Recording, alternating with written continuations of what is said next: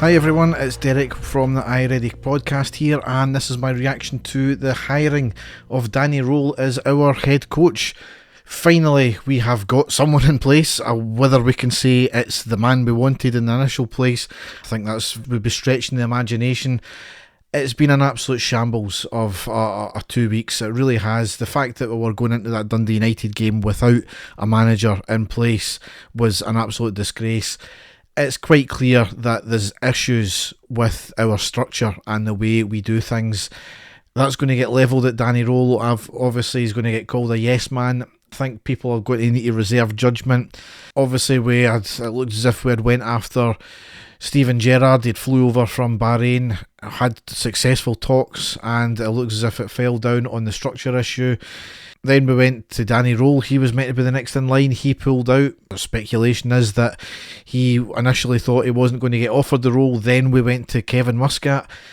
All was going good. It looked as if he was about to sign, and then Tweedledee and Tweedledum had talks with him, and it all fell apart. And it looks as, again, if it's doing to structure now, the club have put out it's because Muscat wasn't coming over early enough.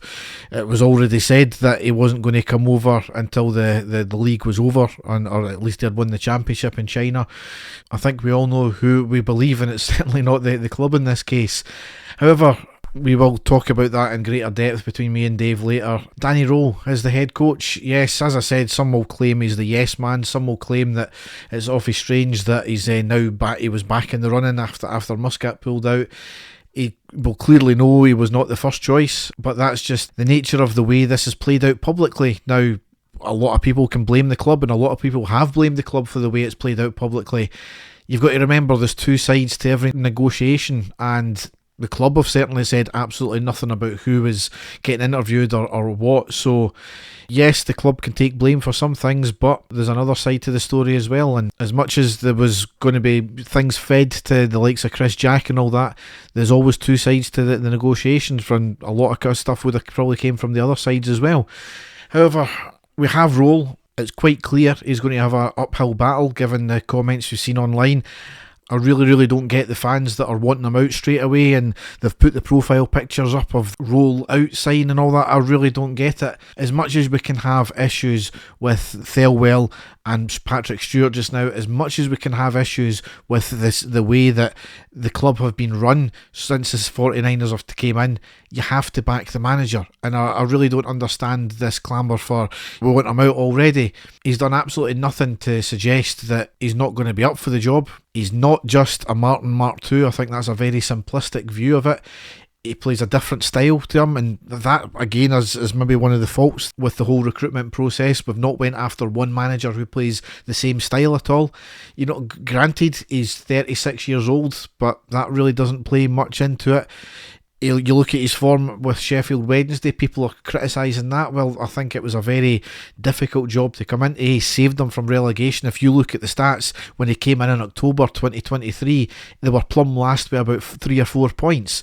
He got them safe out of relegation, and he finished 20th in that season, which, given the issues that are clearly there with Sheffield Wednesday, and it wouldn't have just happened overnight, he's done a very good job there. In the following season, I think he had a number of Manager of the Month awards in the Championship, as well as finished 12th. So that's not to be scoffed at all, given the situation that they're in. And obviously he's left there by mutual consent, because they are suffering financial issues, and they might even still go to the wall from what we can see. But this is not me being happy clappy or anything like that, but you have to get behind them.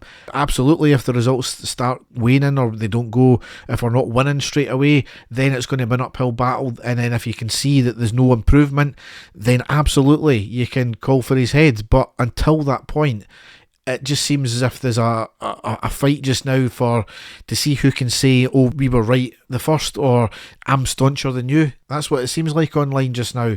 From the very brief comments that have been put out, he certainly speaks a good game, but they all have spoke a good game as well. You know, Martin obviously spoke a very good game as well, but look how that turned out. The proof will be in the pudding when he gets the 11 players on that park, and can he get a tune out of them. As Dave and I have said, and as several people have said, I think there is a nucleus of a good team there and some good players. It's about getting the tune out the players, and if he can do that, then absolutely brilliant. There's still a lot to play for this year. We can see how far we can go in Europe. We've got 6 games in the group stage to try and salvage that. Semi-final against Celtic, obviously, still in the Scottish Cup. The league, never say never. We're 13 points behind Hearts just now. I think we're 7 behind Celtic, so it's going to be an uphill battle. Celtic are not great. You will probably expect Hearts to drop off.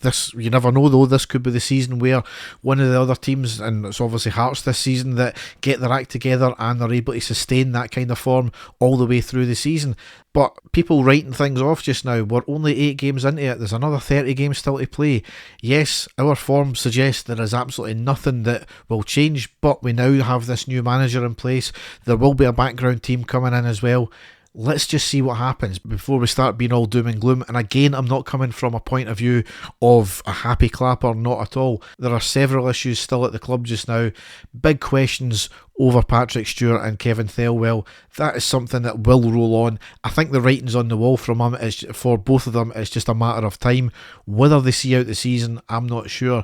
Obviously, Danny Rohl has got to work with the players at his disposal just now. We've spent a hell of a lot of money by the look of it in the summer window there. Whether he has a transfer fund in the winter, I'm not too sure at the present moment. It will require players probably to move on. We'll need to wait and see in that one, but I think we all need to keep our powder dry at this moment because we really don't know. People are looking at the win record of Roll. I think we've said before, the win ratio only tells part of a story, and there is definitely context to that. And like I said before, his record at Wednesday, it's all about context around his time there. So unfortunately, I've not been able to get Dave on the podcast. He has been having a day of drink while he's on holiday, so I don't blame him there. But he's not back until next week. We'll probably have a podcast out at some point next week. I know we're playing Hibs midweek, I think, as well next week. So we'll try and get a pod out. Dave will be going back to work straight after he's back, so we'll see what happens with podcasts. It might be after the Hibs game we get a podcast out there. But if anything changes in that time, or if there's any other developments, I'll be coming back to you with a quick podcast, and I'll do the post match on Thursday. So let's just see what this brings. Thanks for listening, and goodbye.